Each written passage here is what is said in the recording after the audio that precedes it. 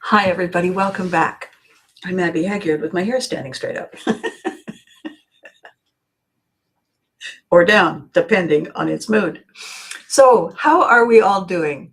See how I did that before I looked away and did that?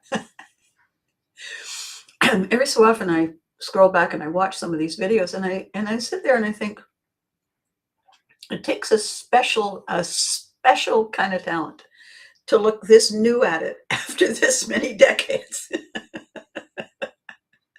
It's fresh. It looks like it's the first time. Yeah, like falling down the stairs. So, good morning. What do we have going on here? Well, good morning, Eddie. How are you? Good morning. It is raining here. It is being relentlessly April. I'm intending to have a singer talking to it because it only has 2 days to clear itself up for birthday day. And this is birthday week of birthday month. And I'm here to talk to each and every one of you today about something we all do, all of us, without exception. We catch ourselves doing it and we go, oh. And it's crazy because we work so hard and then we just kind of lose our oomph, our direction, our plan, our flow. And so actually, before I begin, little kind of long talk yesterday. So I'm going to have another sip. Maggie and I are fiendishly planning her strategy. She's going to a big event in a couple of weeks. And I'm teaching her the finer points of hijacking an event and making it your own. Now, if she could just do it with feather boas, I would have it like it would be a slam dunk. But we have to be more subtle than that. And speaking of Maggie, were your ears burning? Good morning. So what I want to talk about today is something that we all do. And every client I have ever had, every project I have ever become involved in, I have realized that the internal, innate, fundamental foundation flaw is that we have an intention. I'm going to do this, and then ride madly off in all directions. We have an intention. We have a plan. We have a purpose. We probably have a process. What we don't have is a set of 3 options for the outcome. We go in without realizing it, assuming that everybody is working with our playbook, when in fact, everybody but us wasn't at the rehearsals, wasn't in the planning stages. And we, when you eat a thing, breathe a thing, sleep a thing, 24/7, it's very, very difficult to imagine anybody on the planet who could not be in step with us. Now, here we are. You plan an event and then nobody comes and you think, how could they not have known? How could they not have come? How could they? Because they weren't us. They didn't know the extent to which we knew it. We forgot to tailor our ask or our woohoo to their needs and their purposes and their intentions. We forgot because we can only see through our own eyes, right? When Walt Disney created Disneyland and all of those magical movies and stories, the famous one that everybody with romance in their heart took hold of was, and they all lived happily ever after, the end.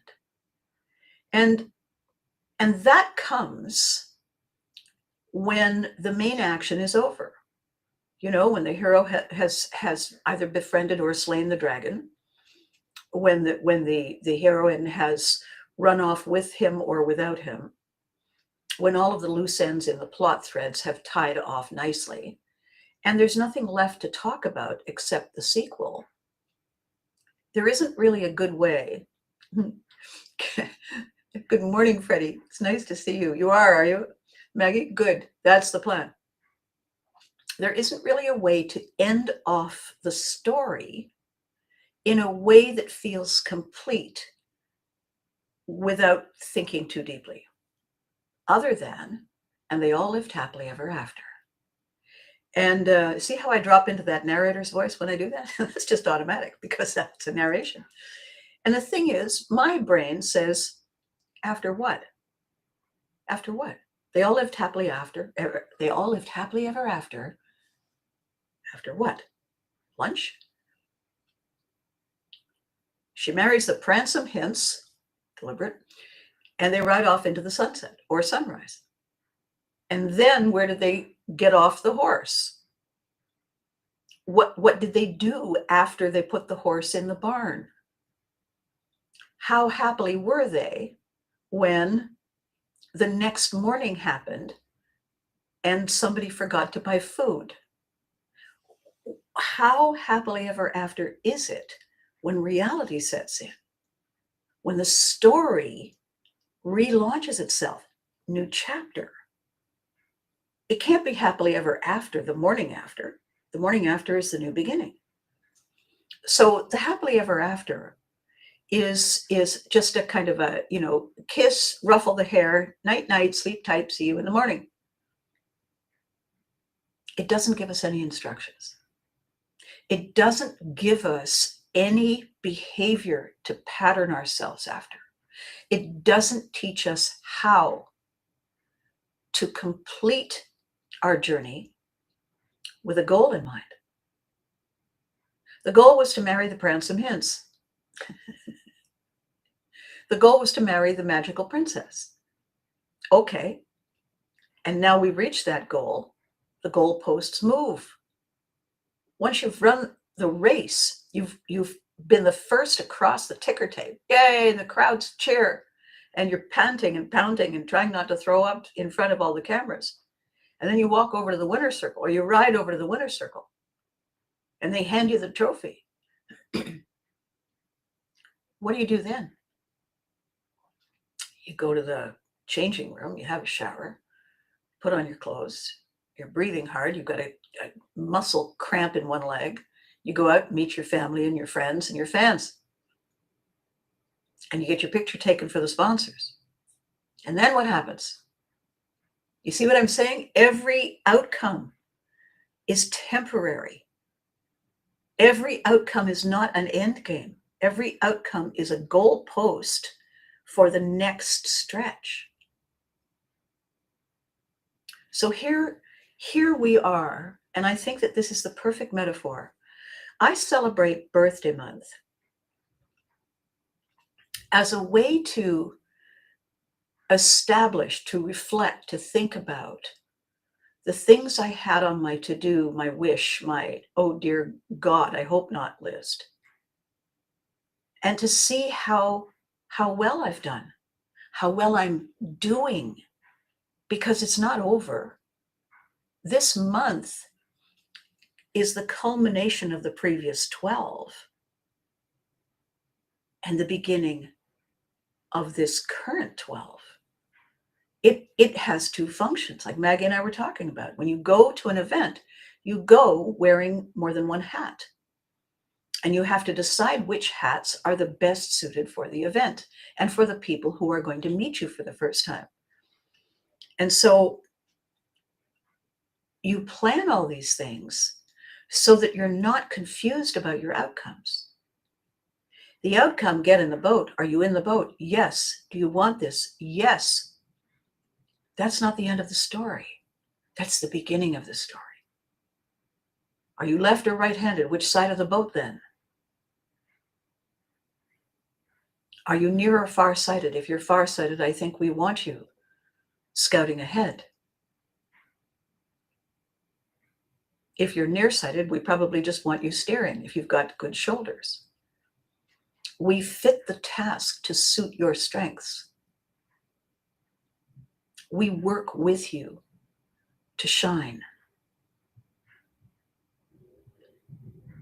However, until you know why you're doing these things, what's in it for you, why it matters, what it changes, who it serves, It's easy to lose our momentum. It's easy to lose our passion. It's easy to lose our direction, our focus, and our intention. We have to know the outcome as we can see it now. Obviously, the outcome will morph and change, and we will morph and change with it. But we have to have a potential outcome, and it has to be clear. We have to be able to taste it. We have to be able to see it, feel it, hear it, touch it, smell it. We have to have this vision of what it's going to be like when we cross that finish line, when we spike that ball, and then pick that ball up because there's another goalpost to reach, and another and another. I had the most extraordinary opportunity on Sunday. I got to talk for the first time. I know that's an opportunity. What are you talking about? I got to have a phone call during which both of us spoke with someone I've admired, somebody in marketing, somebody in understanding the minds of our population and the ways in which they meld and don't. And I have been on the periphery of his circle of fans and followers since 2008. And he and I had a very funny run-in. His name is Chris Brogan. And way back then, he published a book called Trust Agents. When I looked at it, and I didn't know Chris, I just connected to him on Twitter way back then.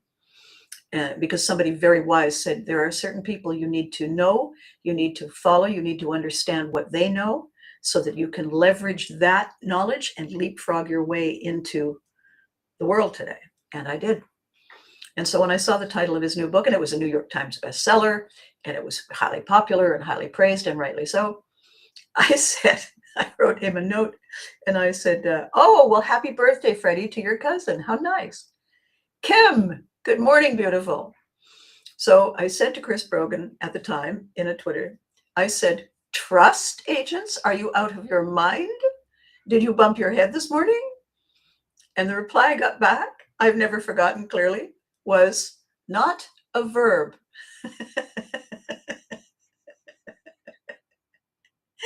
I have been witty in chastising this child. Not a verb. And I looked at it. And brilliant, Abby. Perfect. Well, we got their attention.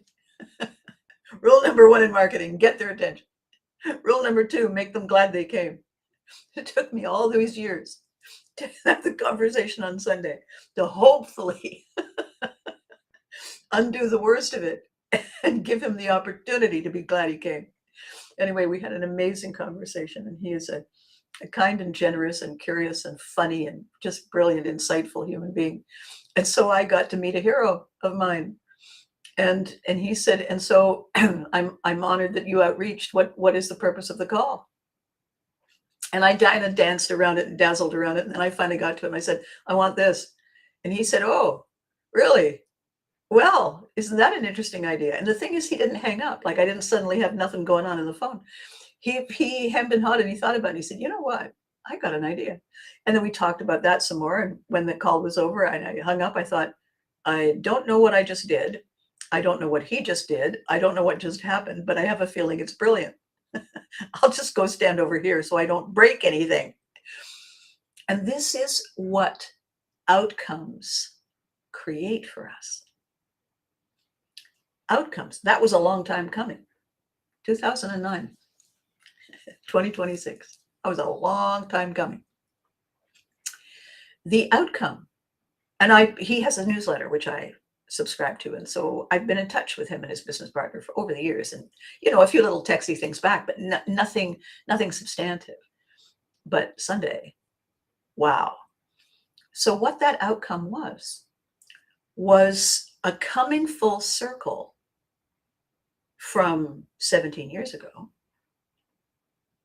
And the thing about a circle is that it just keeps going, right?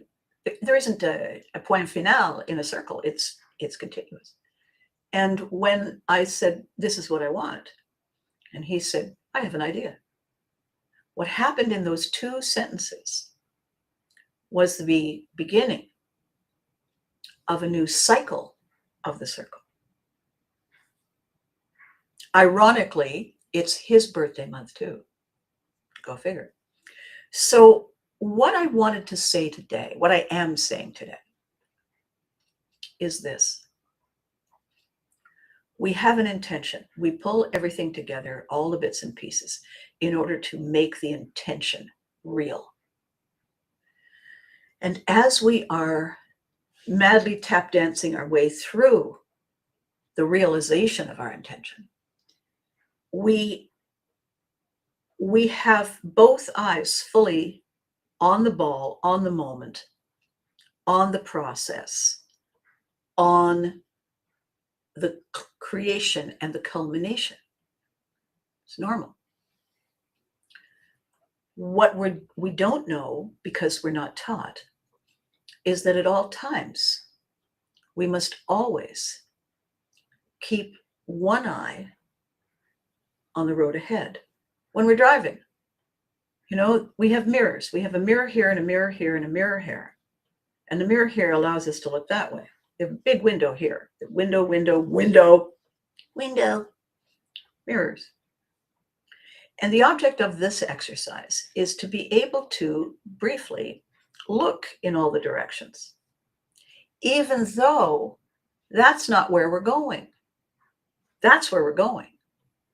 But if a bull moose decides to fling itself out of the woods here, heading this way, it would be good for us to know that. If we look in the rearview mirror and we see nothing but the grill of a very large truck right there, and if you've ever had that happen, you go, gah! Right? How did he sneak up like that? Well, it was a while, clearly, since we looked in that mirror. That reminds us, oh yeah, look at all the mirrors. Why are we doing that? For context, we need to know where we are. We need to keep ourselves on track. But it isn't a track we're on. It's not a driverless vehicle. We're the one. What is the outcome? Well, if we're almost on empty, our immediate outcome is a gas station before we're completely on empty and we're walking. While we're getting the gas, we might as well go in the bathroom so we don't have to pull over to the side of the road and hope we don't meet a moose while we take care of that. And every time we complete an outcome, there is another outcome. Because there is no happily ever after. Happily, briefly, lead on Macduff. Spike the ball, hug the loved ones, reheat the coffee, keep going. This is the part we don't think about, we don't have instructions for, and therefore we are overwhelmed when it leaps up and kisses us on the nose, because we simply weren't paying attention that far ahead. Every author client that I have taken under my wing, I have said to them, okay, so this is the book, right? It's completed. It's in your hand. You have spent the last 3 days saying, it's a book, it's a book, until people have asked if you've changed your meds recently. My question is, now that the book is in your hand, it's published, your name is on it, what do you want the book to do for you? I've helped a lot of authors.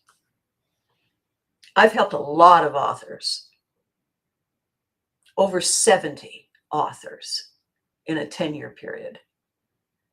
Do you know how many of them knew what they wanted the book to do for them? None, not one. Now, they were first-time authors, and so they were blown away and carried away by the thrill of victory and the agony of editing and revisions. And then every single one of them would say, gosh, I don't know, get interviewed on Oprah? sell 1 million copies, but they're not telling me. They're asking me, isn't that what everyone wants? And if I say, so then you're on Oprah. Well, yeah, wouldn't that be something?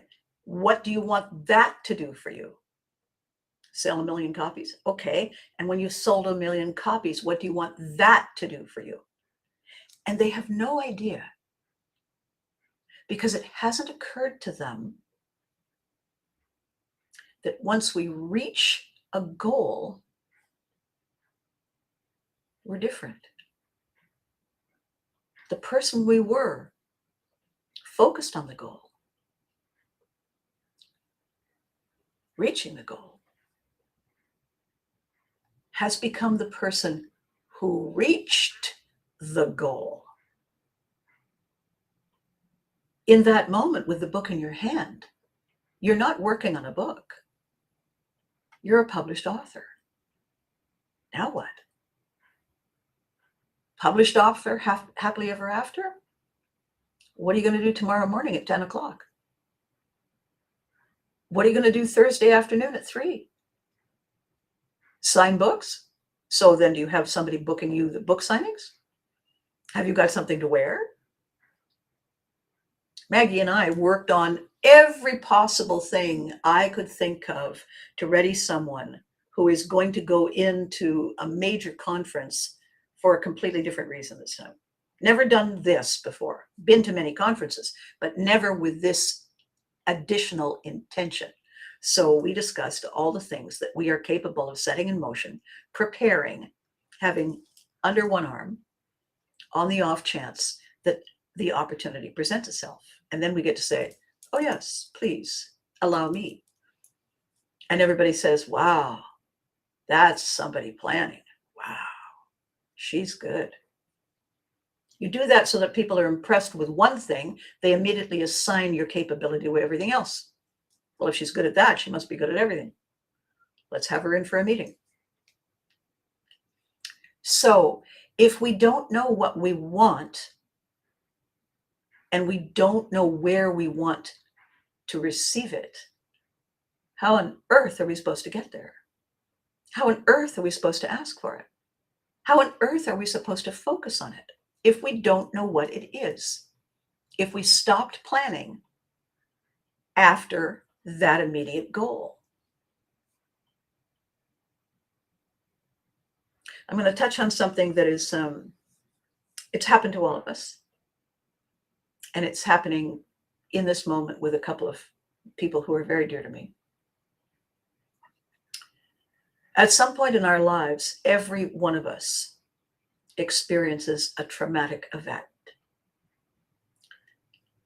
When that happens to us, we emotionally move into some layer of grief, some layer of loss, some layer of sadness, loneliness, regret. It is a natural emotional outcome from shock and sudden change. There were 5 of us, now there are 3. And the stunning recognition that something that dramatic changed can really floor us, can really root us in our tracks.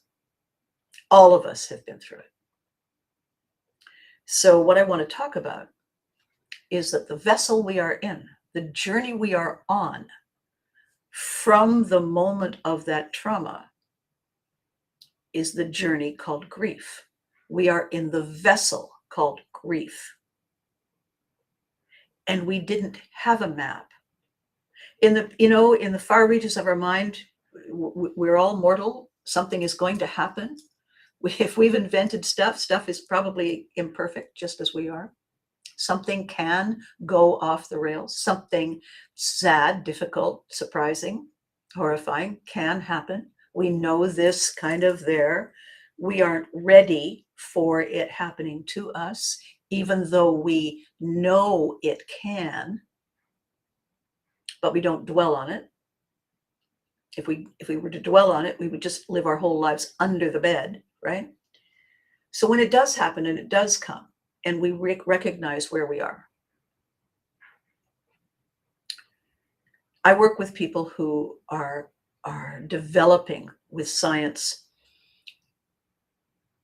hands-on, proactive, drug-free processes to rewrite our memory of the trauma, our experience of the trauma in the brain, so that we can create and achieve something called post-traumatic growth and regrowth, which is to still have the scar and yet cover it over in a healing way, not a hiding way, so that we can carry on.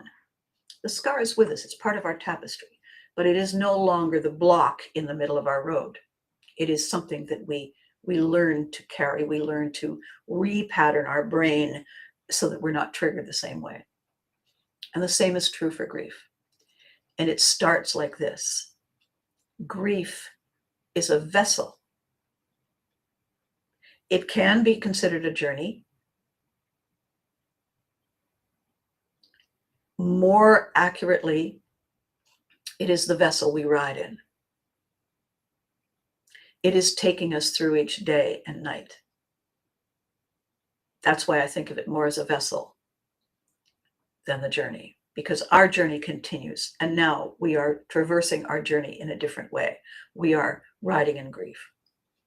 My question is,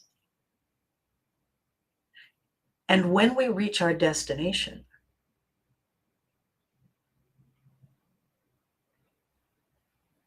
it means grief has brought us to where we were meant to be. We can thank our grief for its service.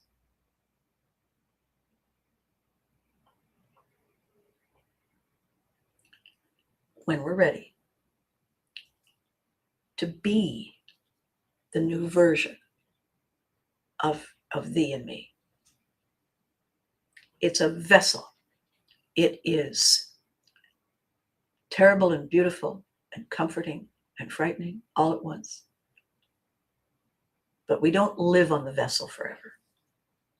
It is transitioning us from one place to the next. So is, by the way, the thrill of victory and success. That's a vessel. When we have arced through the triumph and we've spiked the ball and we've told each other, gosh, and remember the moment when, and we reach the other side of the celebration, our now what new outcome is waiting. There are people who live on that past last glory forever. It's the biggest thing that ever happened, and that's the only thing they want it to be, is the biggest thing that ever happened. They don't want anything to overshadow it. Veterans from the war, it's difficult to come home and reconnect with who and what we were before. We became who we are, because who we are when we return from the war is not who we were when we left. And it takes time for us to park our vessel and figure out how to live now in our previous life as the new version of us. And sometimes we can't.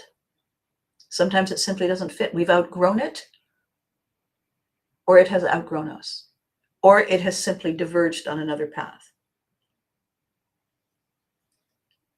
What is the outcome that's coming? When you have the book in your hand and you are a published author, what do you want the book to do for you? And after we answer that question, the second question is, and what do you want it to do for them? Them who? The people who bought the book, the people who read the book, the people who then say, when are you writing the next book? What do you want it to do for them? What do you want it to change? What do you want it to give them? Until I spoke to Chris on Sunday, yes, I in my phone conversation with Chris Brogan,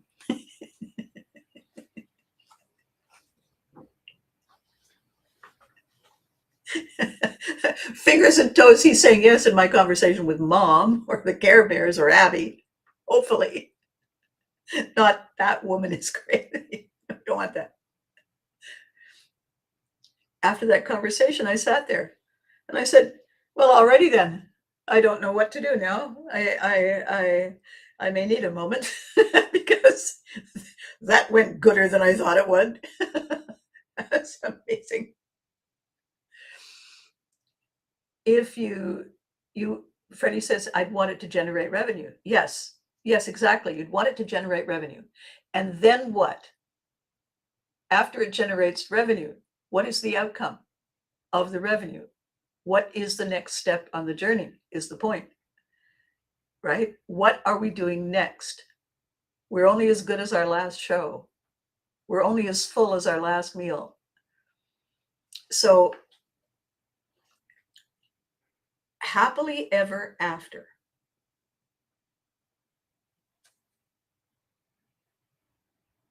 is only if we spend the rest of our lives looking back, living shadow lives, not engaged, not saying, well, thank goodness we ate lunch early, so I will have room for the most amazing dinner that I know is coming.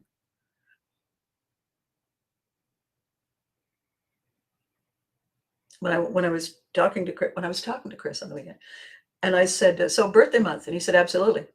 And I said, why do you do a month? And he said, I don't want people to feel bad that they missed my day.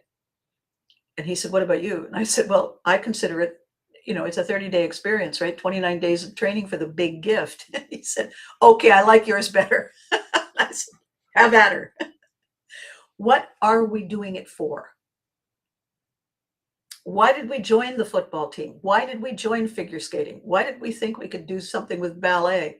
You know what I couldn't do with ballet? Dance. Just saying. And I gave it my best shots. And I was what we would call unhelpful to the outcome of the show.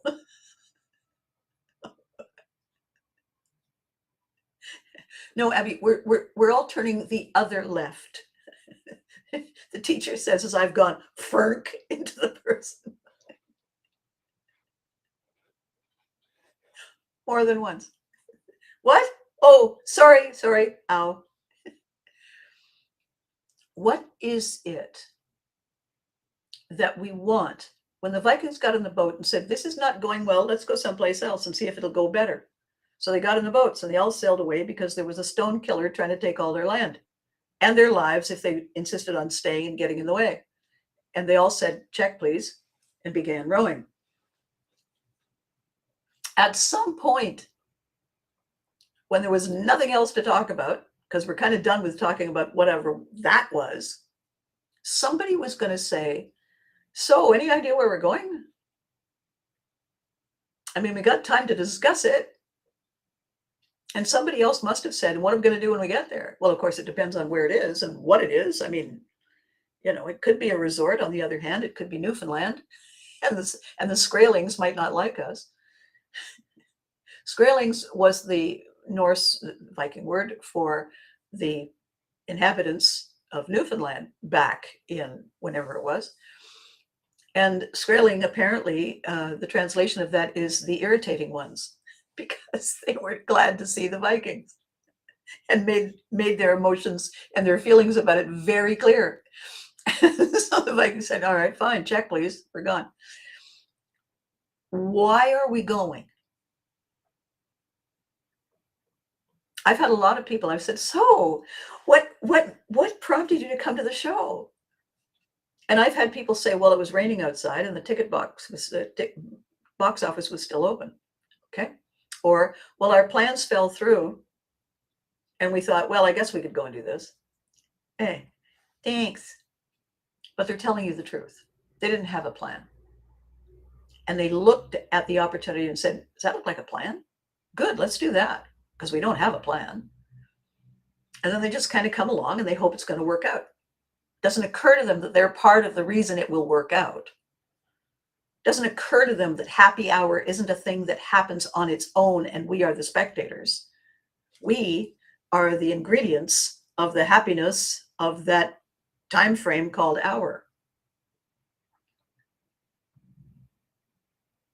We make it happy. You can put together a fabulous bash with great entertainment, incredible food and decorations and all kinds of huzzah. And if nobody shows up but the crickets, it's a rehearsal. It's not happy hour. It's us. We are the happy. We bring the happy. They set the stage. They provide the props and the tools and the refreshments. We are the happy. We wrote the book. We published the book. We did the book tour. We signed the books. We signed the books. Oh my God, we signed the books. It was amazing. Oh my God, wasn't that amazing? And then we went out to dinner and it was just so amazing. And tomorrow morning we wake up.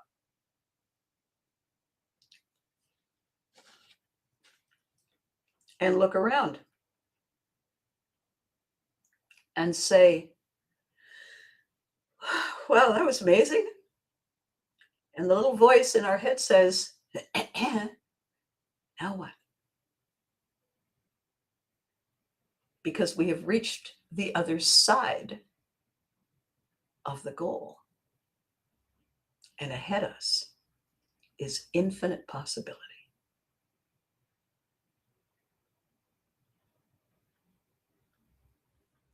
What is the new outcome? What is the new outcome, Miss Kim? What is the new outcome when the series is a hit? And the hit just keeps coming. And it runs its course. And it's a lot of work. And everybody says every day, gosh, this is going well. What are you going to do next? And the thing is, all the other things that you do currently while you're producing this series, Kim has a TV series. Fabulous. I've seen a bit of the trailer. As soon as I publish a book and I have a book launch and I'm signing the book, the person says, because they don't know what else to say, I can't wait to read it. Well, I can't wait to hear what you think. I know, right? I'll tell you right away. So they stand there. I'm signing. They say, so what's the next book? What's the next project? And depending on who it is, I look up and I say, so I still have writer's cramp signing these things. They're still wet, just coming from the printer. I was going to lie face down on the kitchen floor for a day or two before I came up with something else. That was back then when I didn't know better. Now, when I go, I'm going for two reasons. I'm going for this event, and I'm teasing the next one. I have the teaser material for the next one, because the best time to sell a ticket to the next one is at the current one while they're having a good time. What does that mean? What is the responsibility that places on my shoulders? I have to know what I want to do next. I have to already, when I send everything off to the printer, and I finally did the laundry for the first time in 35 years, or so it feels like, what am I doing next? Got the book launch organized. Tickets are selling. My partners in crime and I were arranging for the refreshments and the this and the that and the cool special surprise elements of the party itself. But they're all going to ask. And we know they're all going to ask. So what's next? And we have to know.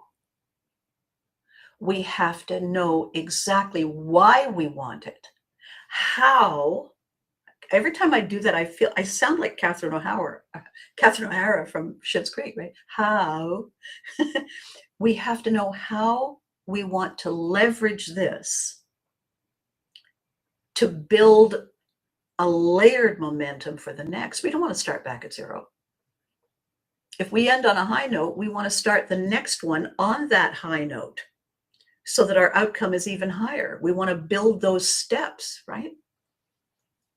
To save ourselves the heartbreak and the slog.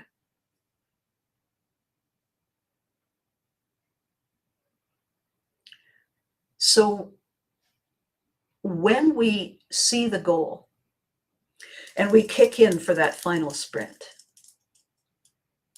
and we're running like mad and we're saying whatever it is we're saying, do it, do it, do it, go, go, go, go, go. Before that, before we take our marks, before we suit up and run out onto the field, before we pull up in the limo for the gala, we know they're going to ask. We've watched all the shows, all the clips. We know they're going to ask. We have to have an exciting answer that gives them permission to stay with us, to get in the boat and keep us going.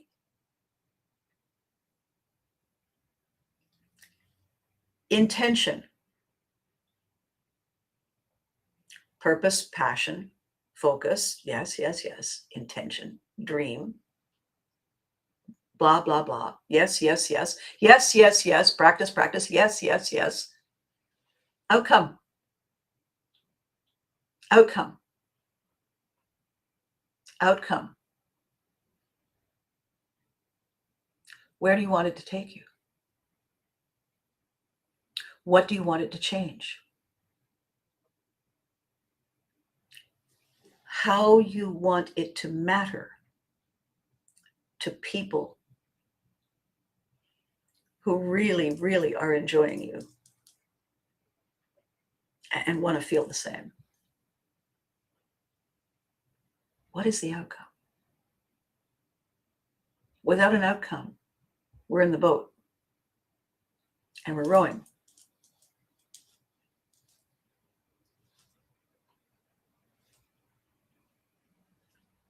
And then we stall. Every time. It's no big mystery. These people who say high energy, low energy, this, that, the other thing, outcome. Why am I going? What am I doing? What on earth was I thinking?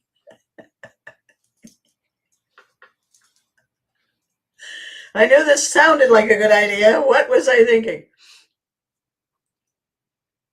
What is the outcome? What if we're partway there and we realize that it isn't what we want? We still got to go. We're there. We're in the boat. We're rowing. Then we can change the outcome. We got lots of time. Change the outcome. What else can I have with it? I have all these ingredients and I've decided I don't really feel like cake. All right, what else can I make? What else can I make with all these ingredients that are already in the bowl? The oven is already heating. What can I add? Clearly, I can't take stuff away. What can I add? What can I change? How can I rethink this to get an outcome that I do want? This is the journey. All these people that they finally understand that they don't really want to actually write the book. They want to have written it. That's how I made a lot of money. They didn't care that they didn't write it. They wanted to have a book with their name on it. Which, by the way, when you look at all these people who say, oh, yes, I had something write it for me. Really? Then you didn't write it. Well, no, but it's my idea. Not anymore, it isn't. You gave it to something or person, and they wrote it. Now, if you on the cover say my name with, thanks to, curated by, perfect. It was your idea in the beginning. Excellent. But you didn't write the book. You're not the author. You're the instigator. You're the seed planter. And that's perfectly fine too. It's what people want to feel and do that is perfectly fine and up to them. What is important to all of us, especially now, especially with all these things that are happening in the world around us, with so much coming in, we do need to have the ability to identify our outcome, our preferred outcome. And the easiest way to do it, because I've told you the stories and I've told you the stories, now here is the hack. All right. And the hack is this. Yes, because I don't want to go full hour. The hack is this. I made Maggie laugh really hard when I told her this months back. I said, you make a list of all the things you don't want and suck at. And it doesn't matter how long that list is. And sometimes it's pretty impressive. And it's fun too. It's funny making the list of all the things at gunpoint you wouldn't want, right? You make that list. You have a good time in the process rather than tearing your hair thinking, what do I want? What do I don't? I don't know what I want. Yeah. Okay. You know what you don't want? And you don't want that with cherries on top, right?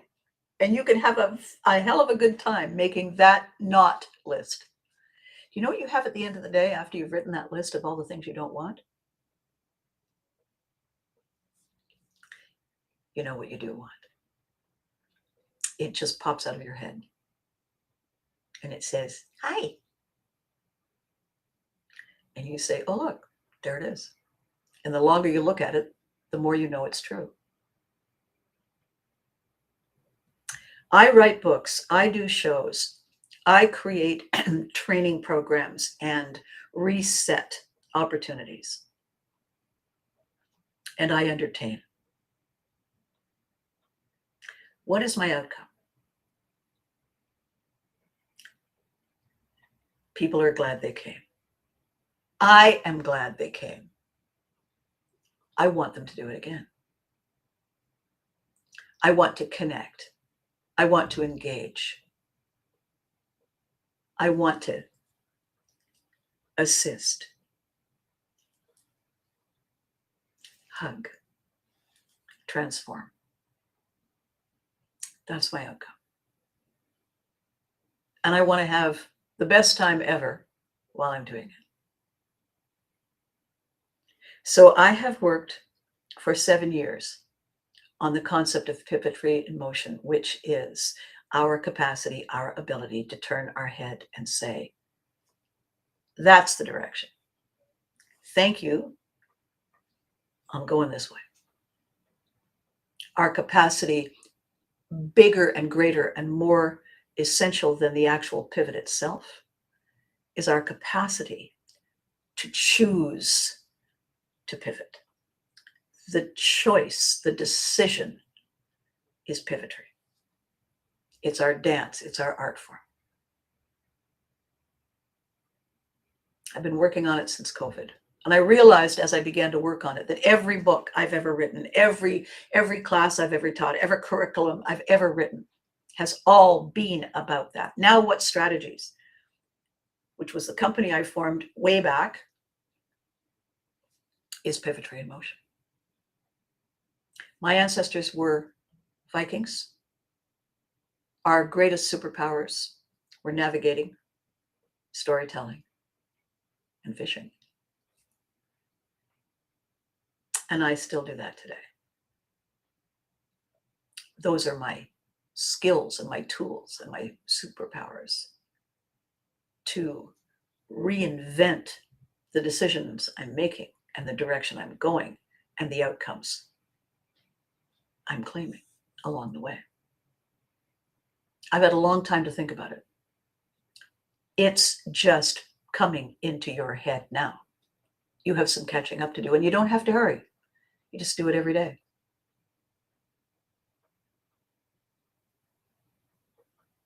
The intention is not the end game. The intention is the beginning. The outcome isn't an end game. It's a pause for our commercial message, and we'll be back in a few minutes because the story keeps unfolding, as do we. So you make a list of what you don't want. You make a list of what you have not liked as the outcomes you have achieved. I was talking the other day and I said, the great tragedy for the innovative rebel pioneers among us, the innovators who come up with crazy new business ideas, in their hearts, in their soul, they're Jack Sparrow. They're the eternal mischievous pirate, right? They're Rudolph Valentino, they're Zorro, they're Deadpool, they're all these people who, if I do it, I'm going to get in trouble. I'm doing it anyway. Iron Man, Sherlock Holmes, Hercule Poirot, all these people who broke the mold. That is the innovative pioneer. The tragedy for each and every one of them, of us, is if it goes so well and we become so successful, we accidentally forget that success, the way other people define it, wasn't our purpose. We don't want to be sitting behind a desk signing checks and meeting with board members. We want to be out there sailing the Black Pearl. We want to be out there fighting the good fight, slaying the dragons or taming the dragons. The last thing we want when we go to bed at night as Jack Sparrow, as Zorro, the last thing we want is to wake up as Family Guy, as Howard Wolowitz, as Ross, as Bob Newhart, if anybody goes back that far. We don't want to be the person who just shows up every day and does the same thing every day. We want different. We want new. We want challenge. We want scary. We want breaking the rules. It's crushing when we promote ourselves beyond that job. We would give anything to get it back. When we do have that outcome, that was an error. Our smartest decision then is to hire somebody else to be the operations manager, fire ourselves, and do it again. He's a very clever business guy. He's got 5 steps. The 5th step is sell the business and start again. He's no dummy. And that's what we all can do. It is what I have done my whole life. Military child, gypsy child, global child. I've reinvented myself roughly every year and a half my entire life. Not because I wanted to for the longest time, but because that was what was expected of me. And I became good at it. That's how come I did well in show business. I do well in show business. That's how come I can help people with their lives, with their projects, with their dreams, with their journeys, with their outcomes. That's how I can help us look forward to tomorrow, even when it's raining. So this is the plan, my lovelies. You can't have a happily ever after as long as there are new chapters. Exactly. And spin-offs. Freddie, blessed is she who asks the questions. Yes. Kim, I want to inspire. Sure. Okay. Inspire them to do what?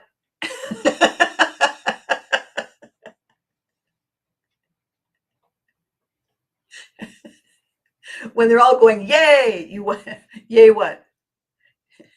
Yay, push the car because we have no gas and a flat tire. Like what? The clearer it is, the clearer the outcome. This is nonstop. Things happen. Yes, they do. And what on earth would we do if they didn't, right? So the goal today, my lovelies, the goal today, my fine pioneers, is to remember that without a destination, we never get there.